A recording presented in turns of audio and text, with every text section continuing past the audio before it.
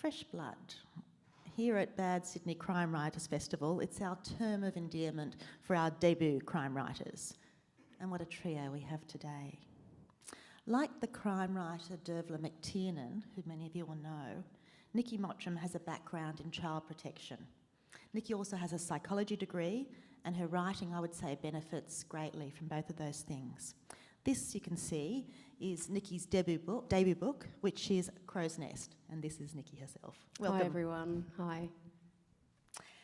Rhys is an author, a chef, a journalist, a wine writer, a restaurateur, and, this is interesting for the festival goers, the artistic director of Mudgee Readers Festival, which if you haven't been to it, A, is a great place to go, and B, is a terrific festival. A bit like this one, sort of, it's intimate, the audience is full of goodwill, and people tend to have a ball.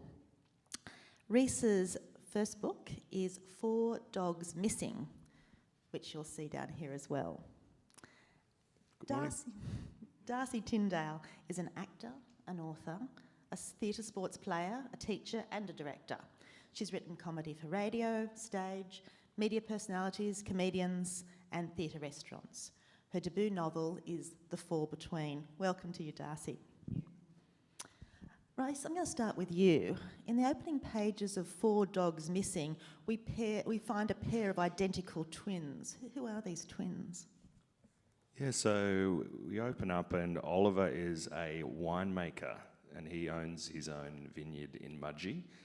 And Oliver's basically a full-on recluse, so he's quite celebrated and successful as a vineyard winemaker. His wines do very well, but he doesn't come and speak at something like this, or he doesn't, have a cellar door or a phone number. It's just very lo-fi, low-key. And he hasn't seen his twin brother Theo for about 15 years. And in the opening pages, he sees this combi van sort of coming up the driveway, sort of like, the Western when someone's coming up on a horse. And I think that's basically what sets the story in motion, is these 2 twins who haven't seen each other for 15 years, and I think that's always ripe for the beginning of something. Well, why twins? Are you interested in twins? Are you a twin? Do you know twins? No, I'm not a twin. I think twins are really interesting, and a lot of the great films and books play on, obviously, you've got so many options with, duality and identity and mistaken identity, but also just how 2 people can be so closely related but so entirely different as well. So. Yeah, and I think often the tropes for identical twins in particular is that they speak for each other, they're very close, they're always together. So to have twins who are estranged for a long time already prompts questions, doesn't it? Yeah, absolutely. I think so, especially sort of intimates very early on that for the first, 15 to 18 years of their life, they're inseparable. And then the next 15 to 20 years, basically no contact. So that was just as a concept, that was really intriguing to me, sort of thinking, what happens if you hadn't seen your twin for this long? What would then happen if they just rocked up on your doorstep? And isn't that often what you find in crime books, that there's a missing, there's a reunion, there's an unexplained absence, and from there the story unfolds. Before I turn to Darcy and to Nikki, what inspired the book? Yeah, I think I really wanted just to be honest, I was out of work during COVID. I'd written a lot before, but I was chefing at the time and there was very little to no work, and I thought, if I'm going to give my writing dream a crack, now's the time. And I just was, during the lockdowns, I was reading a lot of crime fiction and I'd fallen in love with it again. It was keeping me up at night. The characters were complex. It was talking about a lot of societal issues in this really kind of subtle but important way, because crime often does that. They're more serious than critics or even the general public kind of sort of make them out to be. I think crime books have that lovely, societal, so I was reading a lot of crime and I thought, I really want to give this a go. And that was, I suppose, the start. And I thought I just want to. But then one of the things I wanted to do as a writer too is like when you go into a bookstore, I think, what sort of book do I want to pick up? What's going to propel me to pick it up? And I think that's something that's really important, because if you're bored as a writer, the reader's probably going to be bored as well. So I thought, well, I love wine, I love vineyards, I love this setting, I love the idea of the mistaken identity, there's going to be violence. So these are sorts of things that I would gravitate to as a reader. So I thought, if, that's the kind of book that I want to produce. That's almost a bit of a spin on the write what you know dictum that a lot of writers go by. And to turn to you, Nikki, you've set your book in Crow's Nest, and we meet Dana. She's packed up and she's left her home in Sydney. Why has she left? What's happened? She's had a few quite traumatic things happen to her. She had the death of her own baby a few months prior, and she's also just separated from her husband. So kind of in a huge rush and a little bit impulsively, she's packed her car up and just kind of, skidded out of Sydney towards Queensland and Crow's Nest and Towoomba, where she's picked up a secondment because, there's always generally work available in child protection because it's a difficult job. So, that's her background. She's a social worker and she's quite passionate and a little bit of a workaholic. So she's a little bit of a fish out of water in the laid-back Crow's Nest. What inspired that book? Because you're dealing with quite difficult topics. I mean, the death of a child, and the child was 8 months old, is quite a fragile topic to bring up and to deal with in a book. So what inspired the book itself? Yeah, a few different things really. You're talking about the death of a child, and I'd kind of come up with that idea pre-children, I think, and I'm not sure, having children now, that I would have necessarily written that again. It was quite difficult to write those moments once I'd had babies of my own. And I guess what also inspired it was that I'd been working in child protection for a very long time. I'd been sitting at the computer so often and thinking, some of these families have incredibly kind of interesting and dramatic stories and that have so much pathos. And I thought, stories like that were kind of more dramatic than anything I'd read in a novel. And I also wanted to create a social worker that was a bit against the grain, really. I kind of felt like I'd seen social workers in books and movies that were a bit bumbling and a bit ineffectual, and I wanted someone really passionate and ruthless in their protection of children. And it's interesting too, because you'll know from reading crime, often we meet a detective straight up, or more and more we're meeting journalists, psychologists, but child protection workers, not so much. No, and I thought, it just was one of those serendipitous things. I had that background and I thought it'd be a really interesting lens to write a crime novel from. There's quite a lot of overlap between police work and them solving crimes and child protection work, and police officers and child protection workers often work together. So the child protection worker has access to all the same information as police do. So I just thought that'd be a really interesting way to approach a crime. And that narrative's interesting too, because when you're writing a book, you need to know who knows what, where. Darcy, your book, The Fall Between, is about Detective Rebecca Giles, and she's called when an alert goes out for a missing child. Can you set the scene? How do we first meet Detective Giles? Yes, so my main character is Detective Giles, and I set my story in Muswellbrook. And I picked Muswellbrook for a couple of reasons. One, I needed a police station that was big, but not too big. So not small country police stations. So Muswellbrook Police Station sort of looks after Scone, Singleton. Singleton Police Station isn't even a 24-hour police station. Yet Singleton's a bigger town than Muswellbrook. So the police at Muswellbrook get called out to different areas around the Upper Hunter Valley. So, and they've even got like a gymnasium, a dining room, and they've got crime squads in there. So it was a great police station to pick, and my parents live in Muswellbrook, so I knew it really well.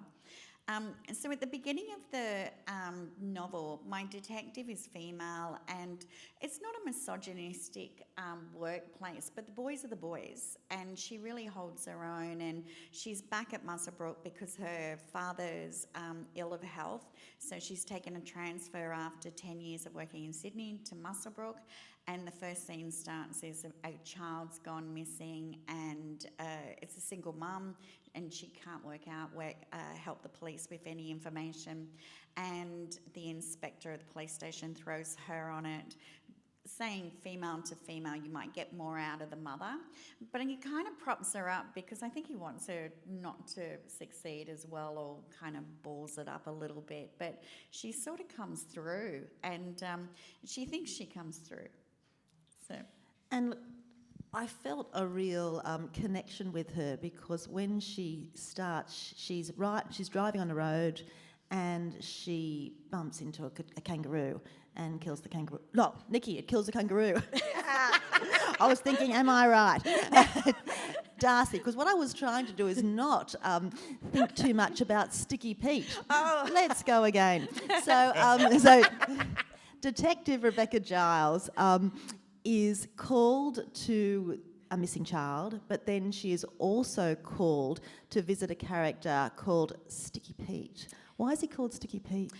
He's called Sticky Pete because he's got sticky fingers, and if you throw shit at him, it sticks. And that, so he's like the country guy. He's a bit of a bumbling fool, but you sort of like him.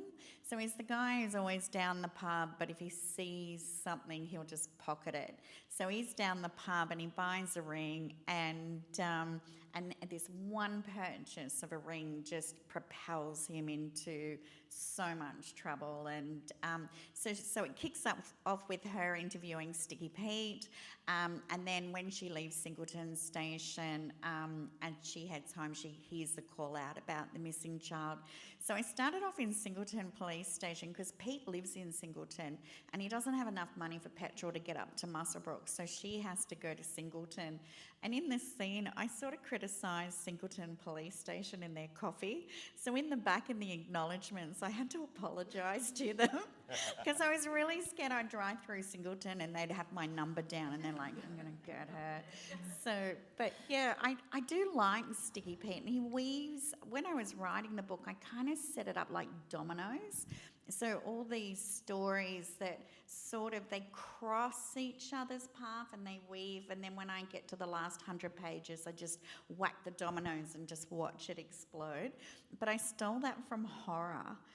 So I read this great article where they had horror movies, and they had a group of boys and girls, and they were studying them of how they were watching horror.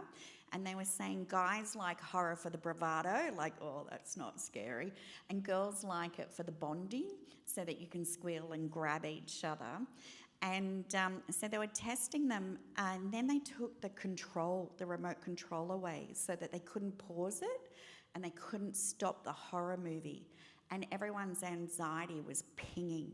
So when I got to the last 100 pages, I felt like I just wanted to take the remote from the reader and go, I'm not stopping. So it's like, this like anxiety ride right to the end where they all the stories that you think are separate, they all collide into each other and you get to the end. But I do like Sticky Pete, so a little soft spot for him.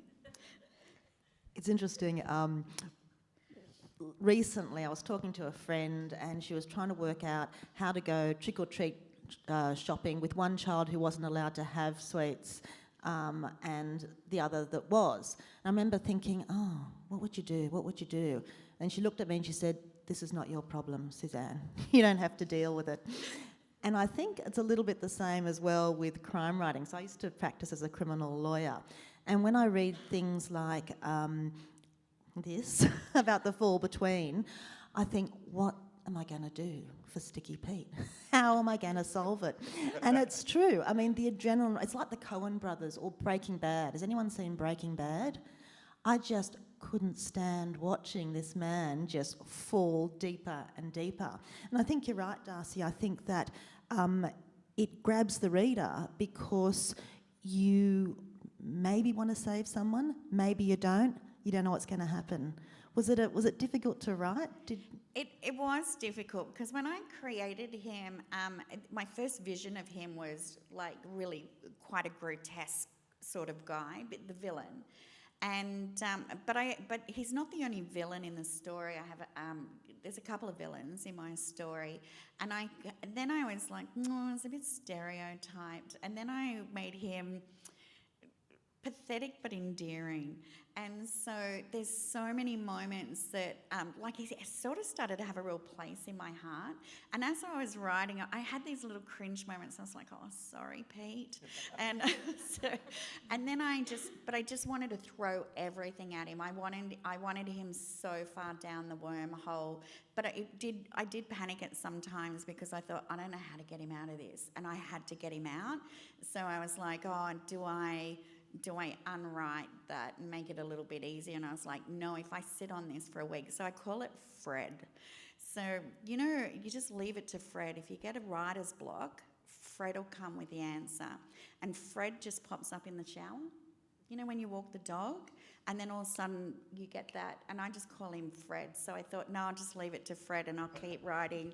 And then I think I was driving to work and I went, oh, I've got a great idea. And so always thanks, Fred.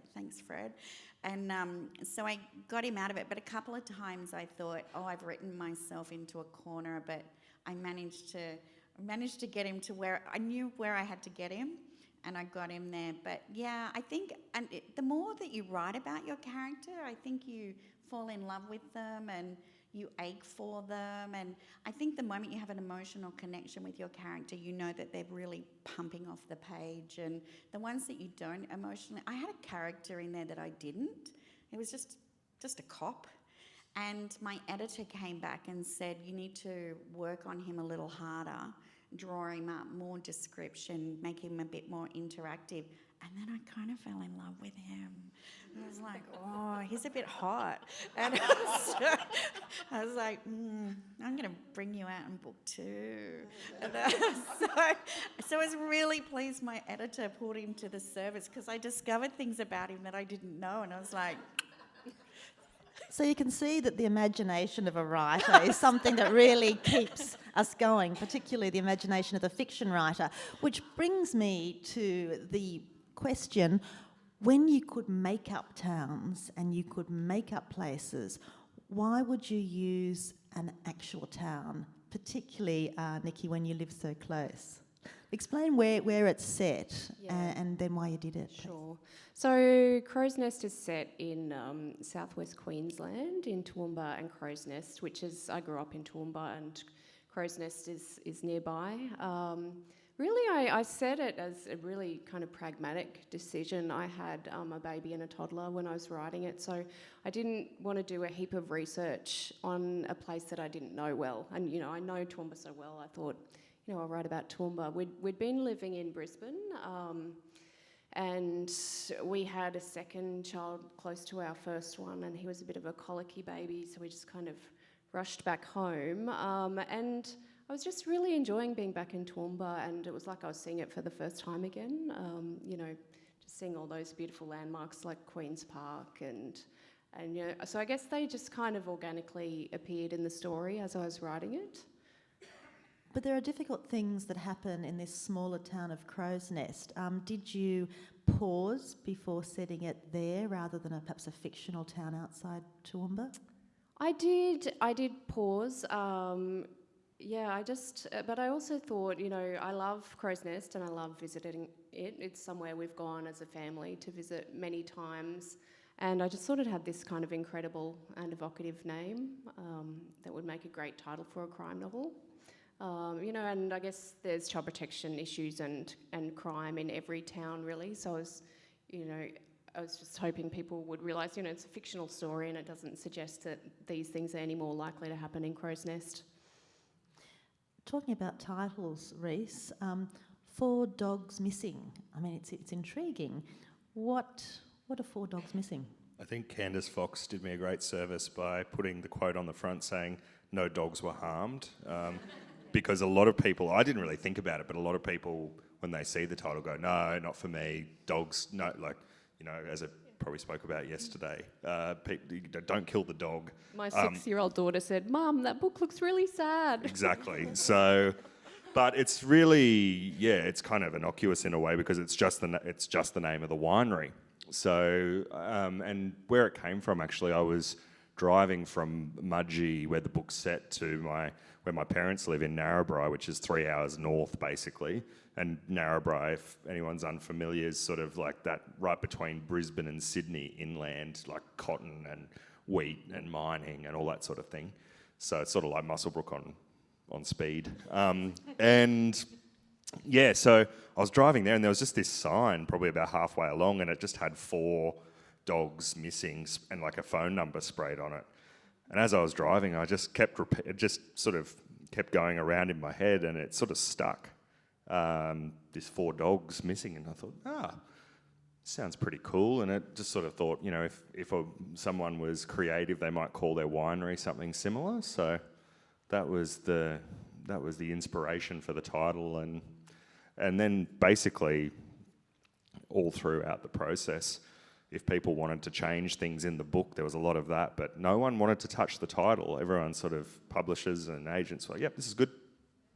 That's interesting. For you in the audience who are emerging writers, the title, it can be quite a difficult thing to settle on. So often you have your own title, and the publisher, or particularly marketing, will come up with something completely different. So Rhys, you're saying that yours didn't change. How about you, Darcy? What's the history of your title? The Fall Between. It's funny because my editor hated the title, and it was what I called it from day dot. And she's like, "Oh, I'm not loving it," and but my heart was on it, and so the Fall Between is fall between the cracks. So it's just when something slipped between the cracks, and my detective doesn't always dot her I's and crosses her T's, and a few things slip between the cracks, and because she's a slightly like gun-ho, she's missed a few things. So now they sort of went, okay. And so they kept the Fall Between, but now that we're running this series with the word fall through it. So the next one is Taking the Fall and the Fallout. So we've run with the fall, but I don't know. I thought it was like different, a little bit mysterious, kind of said what it was, didn't really. And the picture on the cover, because the artists, all the covers are just beautiful. Although Rhys, I think Rhys needs to come with a warning label, because I was reading your book and I was about 4 or 5 chapters in, and I was driving home from work, and I went, when I get home after dinner, I'll keep reading Rhys's book. And from work to home, I ended up at Dan Murphy's.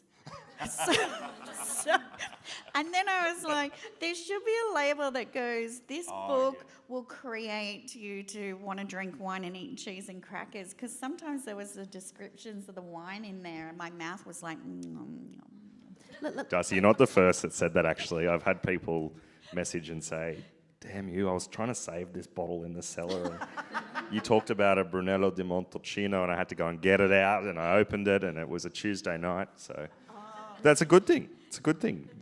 So tell me, Rhys, the interest in wine, it's not just an idle interest, it's something that you've done work-wise as well, have you not? Tell me about that. Yeah, so I did some wine writing. It's probably even, to be honest, I began it about a decade ago, and it sort of, I guess, ensnared a little bit with some public relations work I was doing. So I was doing work for Dan Murphy's. Maybe they... should have got them to sponsor something. I was just thinking. And doing some wine writing as well, so working with different wineries from a commercial aspect, but then also from a critical point of view. So I spent a lot of time with winemakers all around Australia, and now living in Mudgee, every day I have coffee with probably 2 or 3 winemakers, some viticulturalists, chefs.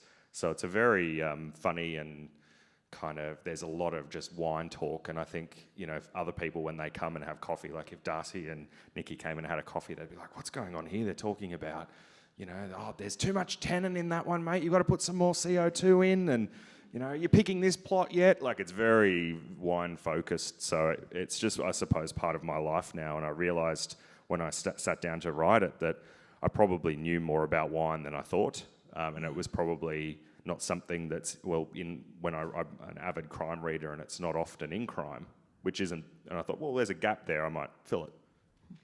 And I think too, whether it's deliberate or not deliberate, often writers are looking for that connection with their reader. Even if they're not necessarily writing for the reader, there's a connection to be found.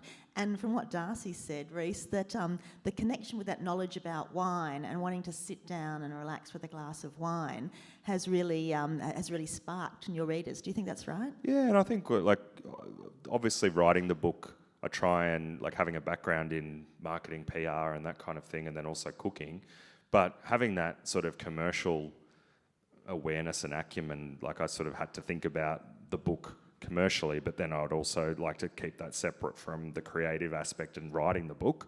But, when it came time, when the book was done and I'm sort of thinking about it, I'm like, you know what, I think a lot of people out there love good food and wine.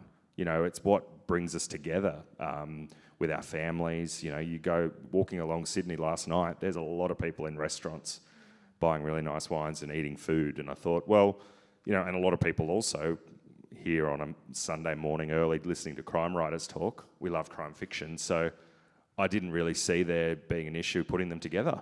So I thought, it would be something that would work. Funnily enough, interestingly, early on, just talking to different, pitches with publishers or with agents, it was probably not as hot as I thought it would be. I think maybe, the dusty kind of, it's sort of a bit more familiar. Maybe writing about wine in a vineyard is cool, but it's also not necessarily there's no other book that's done really well like it. So I guess it was a bit of a risk. Thank you, Juliet. But I just thought, as you said before, Suzanne, too, write what you know. I just love wine. I love living in this wine country. And I think that, having a protagonist who's a little bit unconventional, frustrating, and a winemaker is just something a little bit different. And I think too, what it does is balance the violence or the difficult parts of a crime book where things are happening that either frighten you or make you nervous, and you get a break. Nikki, turning to you, what I loved about Crow's Nest was that you put me into the head of this woman who's lost a baby and whose marriage seems not to have survived. And and more we're getting female protagonists in crime fiction who are the ones who are working the reader through. Did you hesitate for her to be your protagonist, given that it was she had such grief to work through? Not really. I think it's really wonderful that there's, more flawed female characters around these days, to be honest. And when I wrote Crow's Nest, I was really kind of drawing on my own experience at that time. I think I'd mentioned I had 2 young children when I started writing it, and I was still working at Child Safety in Queensland, and I was just finding that a little bit of a difficult experience, given I suddenly had a bit of a reference point, about things that were happening to children, given I had my own children now. So I was going through a bit of a difficult time emotionally, so I was able to give some of those feelings to Dana, which was just really cathartic, actually. When did you have the most fun writing the book? Was there a particular part of the book that you most enjoyed, or a particular part of the process? I really like writing some of those kind of bad romance scenes that Dana gets herself into. I had a lot of fun with those, and just some of the poor choices that she makes, and just some of the humour that came through as well. So that's your debut book. What's next for you? So I've written a second book called Kalani, and it's a sequel, so all the same characters will be coming back, Dana and Lachlan and Angus. And so it will be out in April next year, and It's about a missing teenage boy and a hit and run which occur in the town of Killarney, which is also near Towoomba. And Dana finds herself investigating that case and getting caught up in another mystery. I look forward to that. Thank you. Darcy, what's happening for you next? Yeah, so my next book comes out next year, and so Rebecca starts a whole new case and gets over this one. So I had to leave about an 8-month gap before I picked up her again, because I just figured that she couldn't go back to work next week and pick it up. So same location, set in Muswellbrook, and then it takes you down to, this one goes Muswellbrook to Orange, and then the second one goes Muswellbrook down to Crookwell. So I went on a holiday with my dad. My dad loves visiting little country towns and gets the map and pinpoints them out. My mum loves it because it gives her a break, and off Dad and I go. So we found this town called Crookwell and Omeo. I love Omeo. The only reason Omeo's got the best pub too. The only reason why I couldn't pick Omeo is because it's right on the border, and I think then it got really complicated trying to work out who had jurisdiction between Victoria and New South Wales, and that was all beyond me. So I stuck with Crookwell. But I do think towns are almost like a personality in themselves in a book. And I found, like, when I was reading Nikki's book, that I don't know, like the claustrophobic of the small town, of everyone knowing your business, but also the colour of the flowers that you talked about, and so it was quite beautiful. It had that distilled moment of all that beautiful greenery and flowers, and when something so awful and ugly was going on. And then the same with Mudgee and with the vineyards, and then Muswellbrook. So I kind of when I pick towns to go to, I sort of think towns have their own personality. And when I got to Crookwell, I went, there's a personality right there. So and just picking up on that, Darcy, I found it, because I've been to both Crow's Nest and spent a lot of time in Muswellbrook as well. So I really loved that they were those places and not something that was vaguely, I guess, alluding to them, because for my imagination anyway, I could really see it and I felt it authentically. But it was the same for me with Mudgee. I actually, in the first half draft, I'd set it in this sort of unnamed vineyard sort of town, and it just wasn't really colourful. Like, I think my mentor who I was working with sort of said, "Oh, where's your location? Is it the Barossa? Is it Victoria? I can't quite see it." And then as soon as I changed it to Mudgee, where I was living, and it just made sense, and I know you were living at the time and parents there, so it just becomes more tangible and real in a way for your own imagination as a ground to work from, as a framework. So I found the same thing for Mudgee. It just was more evocative and came alive once it was set there. Perhaps it also reflects itself in the writing, that the writing becomes confident when you know exactly where you're situating it. Did you feel that your confidence grew in the writing itself? Definitely, and it's not to say, and I think it's just a personal choice, and that's the great thing about being an artist, is that you have the flexibility. If you want to make it up, you can, as long as you make it authentic. But it's the same if you're choosing a real place, you then, your due diligence is doing that place justice, I think, for the reader and for your prose. So it just made sense for me though as well, because I had, if I was doing descriptions and talking about the town, I just had to make sure it was the right time of the year, and the research, not lazy, but kind of lazy, like I just had to go outside. So that part was good. But yeah, it just felt, and I think as well with our 3 books, they could be, even though they are set there, we could change it and move it somewhere else. The story's still the same as well. So it's not like I think if we had maybe like a violent mob of white supremacists or something in a town that's real, that's when the community might say, "Hey, we don't have white supremacists, what are you doing?" But, when it's just a story about people that could be anywhere, I think that's, we don't see too much backlash.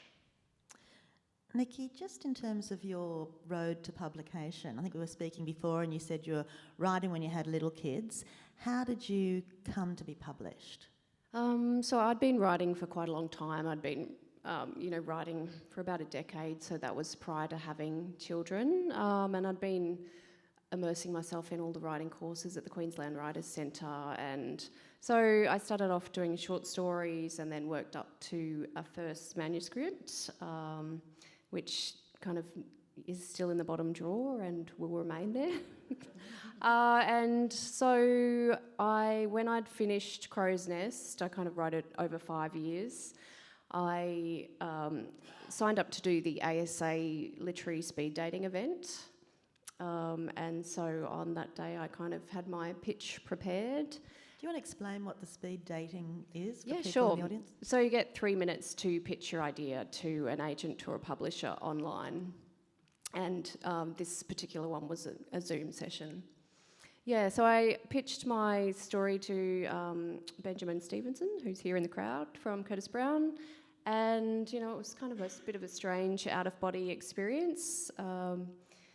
But he asked to see the whole manuscript, and then kind of 2 weeks later I got an email back and I could see on my watch that it was from him, and it just felt like it was a bit too quick, and I thought, oh God, he's rejected it. There's no way he would have read it in that time, and I was kind of, blurring my eyes looking at the email so it wouldn't be too painful, the rejection.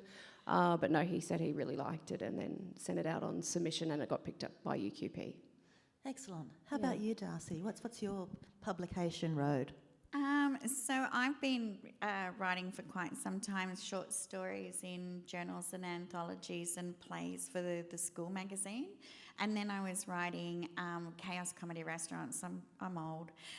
So I used to write their shows for them when Chaos Comedy Restaurants were around, and then a little bit of comedy for radio, because radio just churns through comedy. This was when they actually used to do comedy, not just nutter. And but it was a great gig because I was about 25 to 30, and it was about $25 a joke. So you would get up, this was before we had computers, like it was on a fax machine. And so you would get up in the morning, the newspapers would get delivered at 3, 4 o'clock in the morning, you'd madly scan the papers, you cut them out, stick them on a piece of paper, you'd photocopy them, write the joke, fax them through. That would go to the legal department to make sure that they were okay. And for every joke that went on air, you got paid $25. So sometimes you could write 7 jokes and one would air. And sometimes you would write 7 jokes and all of them would air. Like, this is before houses were $1 million, right? And so $25 a joke was good. And then at 6:30, I was back in bed. And day over, and it was great, but exhausting.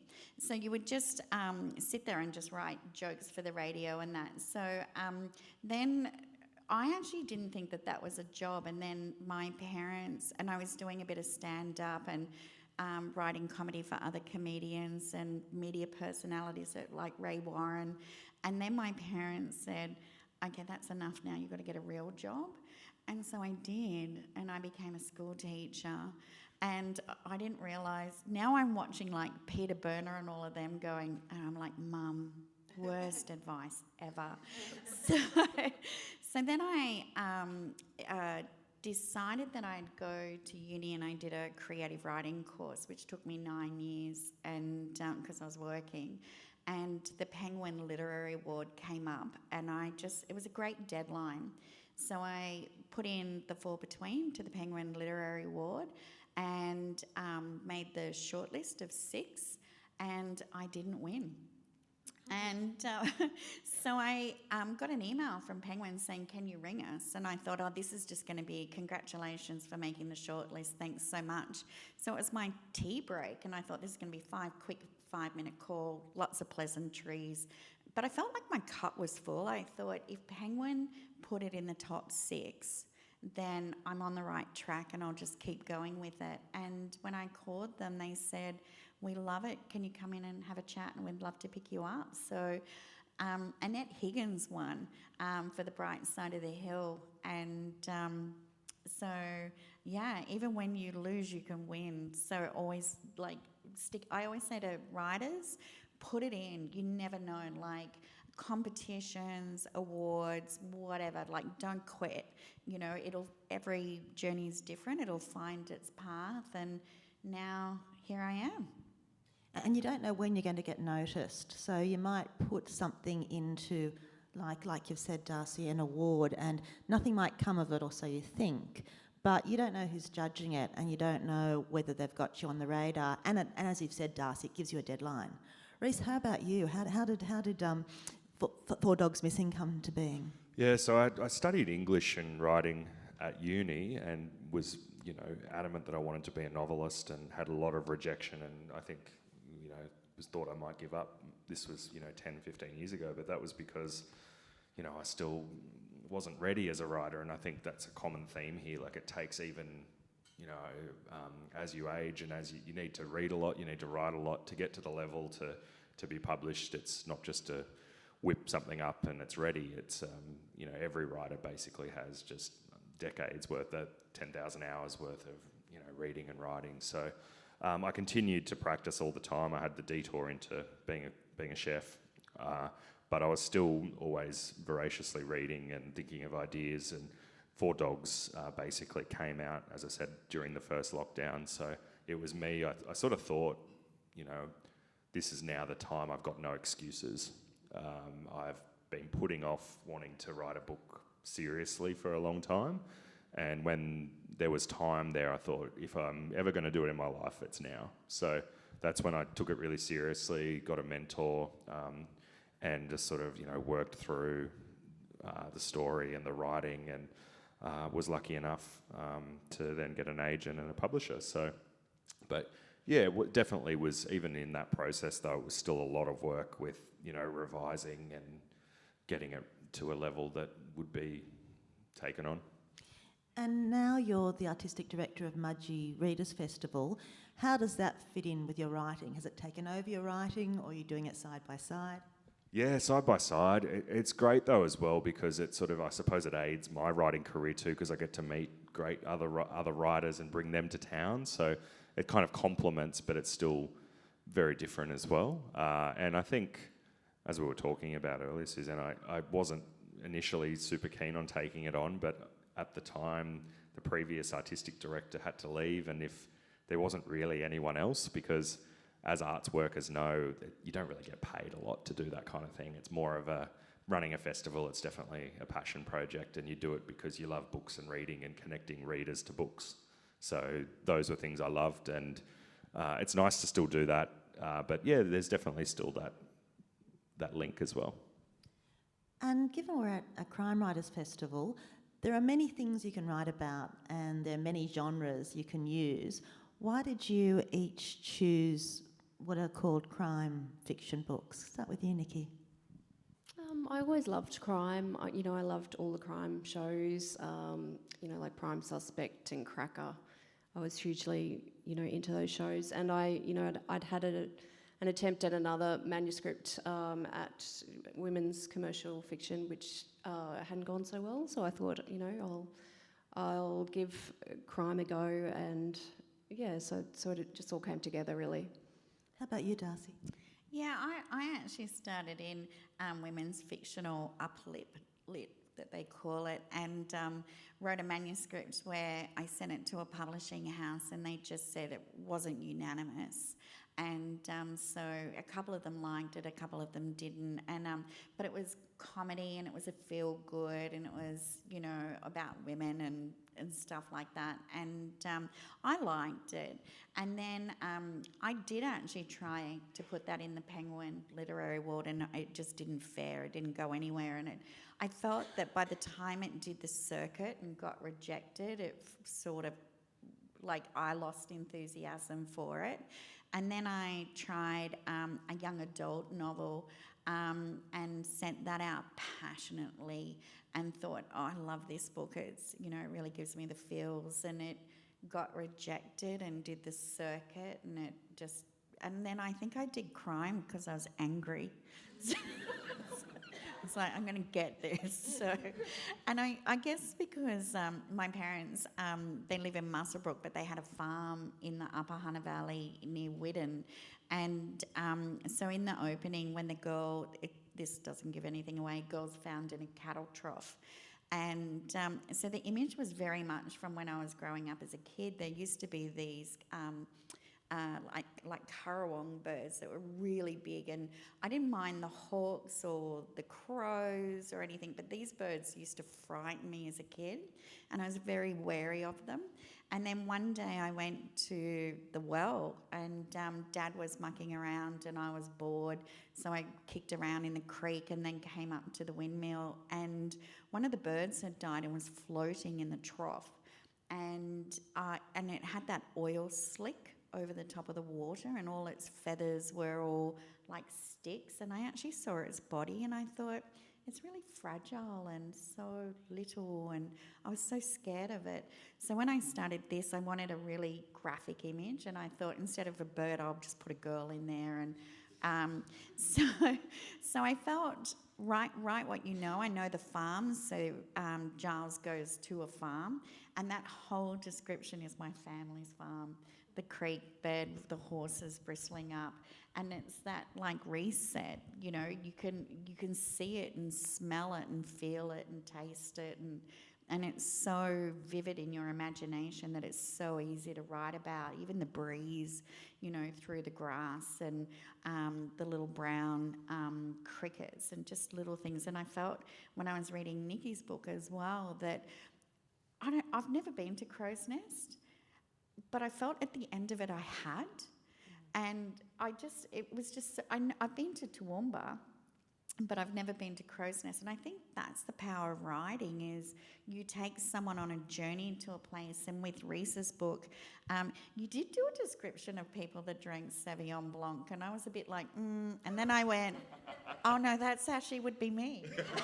So, I was offended at first. I was like, that's me. Rhys, why crime for you? It was a light bulb moment during COVID where I'd written, I suppose, you know, the coming of age Bildungsroman style of book, and it had been rejected. And, you know, I'd love to come back to it one day, but I think it was just that I hadn't given it enough love and attention and taken it to that next level. But it was just that light bulb, and I was reading crime, and I love crime films. I went and saw David Fincher's new one, which was just brilliant. It's just the pacing and all that. I loved it, and I thought, wait a second, like, why don't I write a crime novel? Like, why haven't I done this? Why didn't I try this 10 years ago? And yeah, it was just that light bulb moment. I thought, well, I'm going to do crime. And it was also good when I was reaching out to established crime writers, basically, and just sort of said, oh, hey, what was your path to publication? Do you have any tips? And everyone's lovely. They always get back to you. And I think it might have even been Chris Hammer that said, you know, you've picked a good time. You know, crime's doing well. So, you know, get yourself an agent or submit to publishers and make sure the work's as good as it can be. All that just classic good advice. So. Sorry, when you said pace, I think that's one of the draw cards with crime as well, is pace, and the constant story question, that it's almost like at the end of every chapter you might have answered one story question, but you've just raised another. And I love that cracking pace of reading crime when there's so many loose ends that you know you've just got to get to the end of it. And even if you guess who the killer is, there's always other loose ends. And that you need to, and it just moves forward. It's so visual reading crime. And both Darcy, yours, and Nikki's, I was coming back, like thinking about when I wasn't reading, and I think that's what crime can do sometimes. That other books you might, like literary fiction, I love as well, but sometimes you really have to push through because there might not be as much narrative, like that propulsion. And I think crime does that, and it makes you think about the characters and the place and the story. You just want to get back to, like, you want it to be night so that you can sit down and get back to the next chapter. Nikki, Rhys has given tips for writers who are wanting to get published or keep writing. I'd like to ask for your tip. I'm just going to turn to the audience before I hear from you. We're approaching time for questions, and there may be some questions online. And what I'm going to do is, if you've got a question, could you please raise your hand and the microphone will come to you. So while you're thinking who's going to be... Covers, maybe they could hold them up? Yes. So, there is everybody's book. Photo Opportunity. Crow's Nest by Nikki Mottram, Four Dogs Missing by Rhys Gard, and The In-Between by Darcy Tindale. Excellent. You can keep your books. Hold. You know, I mean, for any publicists here, of course, that's what you're supposed to do when you're on stage. I mean, I tend to put them on the stage in front, but when you mention your book, you put it up and you say, this, for example, is The Watchful Wife. So well done. So for the last 10 minutes, we will be the publicist's dream. So while I'm waiting for questions, and I know the first one's always a bit tricky to be the first hand up, but once it starts, it starts. So Nikki, I'm interested in what tips do you have? Okay. I think for me, one of the most important things was, you know, writing such a solitary business. I think it's really important to make friends. A decade ago, I joined a writing group called the Dead Darlings Society, and when we started out, we were all just baby writers, and it was a bit of a support group, really, for all the rejections we were receiving. But, you know, we've all hung in there, and it's just been amazing to see how everyone in that group has developed their craft over time. It's incredible, and it's just a lovely source of support, you know, to lean on people, and, you know, when things are hard or you can't finish the end of the book, just to have a chat about that. And, yeah, they're like a lovely support crew. And Paul Thomas is here from my writing group in the crowd there. So that's probably my biggest tip, I think, and it's kept me going over all those years. How do you manage in a writing group like that, where some people are getting published, some people are getting close, and some people aren't? I mean, how do you manage what sometimes is just serendipitous, really? Yes. You know, I think it's just inspirational when you know, someone who's just been working just the same as you manages to get their book published, and, you know, it gives you that inspiration that maybe perhaps you could get your book published as well. So we're all, you know, everyone's kind of at different stages, but I think sometimes, you know, as writers, you define success in a really narrow way. So, you know, I don't think necessarily publishing is everyone's goal kind of thing. I think it's just nice to see how much you've improved as a writer. While we wait for a question, here's a question. I'll just get you to wait for the microphone. The question I was going to ask is, why do you write? If we get time, that's the question I want you to think about. You've all gone the traditional publishing route. Was there any thought at all about self-publishing? Definitely. I think I was going to definitely exhaust all avenues first. The only reason is because I know from having a marketing background that basically if you're a self-published author, there's nothing wrong with that at all, but by giving your book to a publisher, you're sort of giving a lot of the workload to them, which is great. You know, they've got a publicist, and they've got editors that they work with you. They've got channels and distribution and all those things. So that's why I think traditional publishing is great, because of those partnerships with the publishing group. There's nothing wrong with doing it yourself, but I think for a self-published author, all I would say is you have to be even more business savvy. I think, like, you have to write your book and do the creative stuff, but then you've also then got to be quite ready to, you know, market it and sell it and put in a lot of hard work. And there's nothing wrong with that, but I think that's probably the big distinction between traditional and self-publishing is we don't, like, as we sort of get probably more time now to work on our books and the editorial side, and can hand over some of the other things. But yeah, it's not to say it's I think that's just probably the key difference. Darcy, Nikki, is there anything to add? Yeah, so I went down that path, but I ended up having a bit of a negative experience with it. So I got picked up by a company which was through self-publishing that worked on my cover and edited it and that. And then they went bankrupt. And just as it was coming out, and then I was fortunate that I did actually get my boxes, and but many writers had scripts halfway through, the process. And then I was picked up by Woods Lane, said, "We'll rescue you, we like this." And I said, "That's fabulous." So it was Jojo, and so Jojo went bankrupt. I fortunately did get my bundle. It was a middle grade reader. It was like a really quirky book, and also working in schools and doing school visits. I was like, this is, it's on the like it was stuff that I sneakily did through the curriculum, and I thought teachers are going to pick it up, and it just really worked. I saw a hole in the education system. So Wood Lane's publisher picked me up and said, "We'll rescue you." I said, "Fabulous." And then they came back and said, now that JoJo's collapsed in Japan, a adult entertainment company has now bought the word JoJo, and so we have to pulp everything. Because if it goes to children and they Google it, they'll end up on a porn site. So at the end of it, I was over it. And so I kind of went back to short story writing.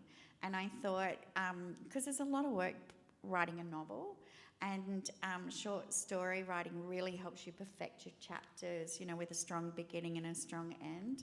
But yeah, I don't know. So when people talk about self-publishing, I go, you know, I panic for them. So I think with Penguin, I figured that no one would buy the Penguin word and turn it into a porn site. And I was pretty lucky. So that's an extra job for due diligence, isn't it?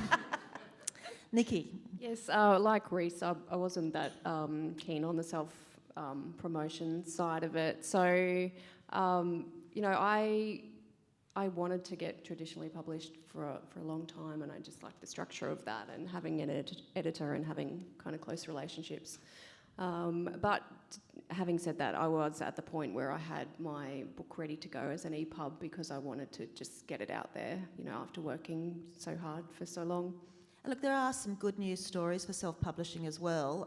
Ray Cairns, who you might know, she published The Good Mother, which was picked up in the Ned Kelly Awards, and Matthew Riley, who'd started self-publishing. For me, I think I'm traditionally published, and my guests have talked about the needs for deadline, and I think maybe self-publishing gives you that deadline. So where you might let a book go, you've got a path by which to finish it, and that's no mean feat. I think we have time for a quick question. Yes. Yeah, thanks.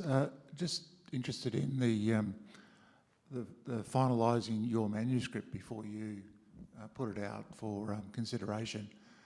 How much effort did you put into final editing to get it, you know, as close as you thought you should, and how much did that change, you know, with the publishing editing process? And that's before it goes to either a publisher or an agent. Yeah. Yes, Nikki. Yeah, so I'd been working on it for 5 years, so it felt like such a big investment in my time that I really wanted to make it absolutely as good as I possibly could. So I paid for a manuscript assessment, and that was kind of at about the 4-year mark, and I thought I'd finished, and it was the wonderful Carol Major from Varuna, and she picked up a number of issues that were still there, so I kind of had to drag myself back to the computer and sort those out. So I got it absolutely as good as I possibly could before I started sending it out. Rhys. Yeah, same, a lot of drafts, 20, 30, 50, I don't know. But yeah, one of the things, I worked with a mentor, which was really good and similar to Nikki, like an appraisal, and basically in the first 50 pages worked out what was working, what wasn't working. But I think even if you pay for something to pick up 50 pages of your book, a good editor can pick up what you would probably repeat throughout. So just one quick thing that I was doing as I was potentially having too many internal thoughts with it's written in third person, but I then got directed to a book called Story by Robert McKee, which was really good, and it's almost like writing film too, like you got to write in scenes, and just tips like that, you know, thinking, oh yeah, it's so basic, but you know, you get carried away. So it takes a lot of time to, I think, you know, edit your own work as well, so giving it space to breathe and coming back and rereading and writing in scenes and getting other people to give you feedback. It's definitely a marathon, not a sprint. I 2-second answer from you, Darcy, before we get the wind up. Write the best book manuscript you absolutely can, but then walk away from it and give it time to breathe, and then come back and reread it again. Well done. You can see why she did stand-up comedy as well, because she can do it to time and as required. Thank you so much to my guests, Nikki Mottram, Rhys Gard and Darcy Tindale. Thank you, everyone. Thank you. I could see there were mouths open ready for a question. We're going to be at the signing table, so ask your questions, have your book signed and enjoy the rest of the festival.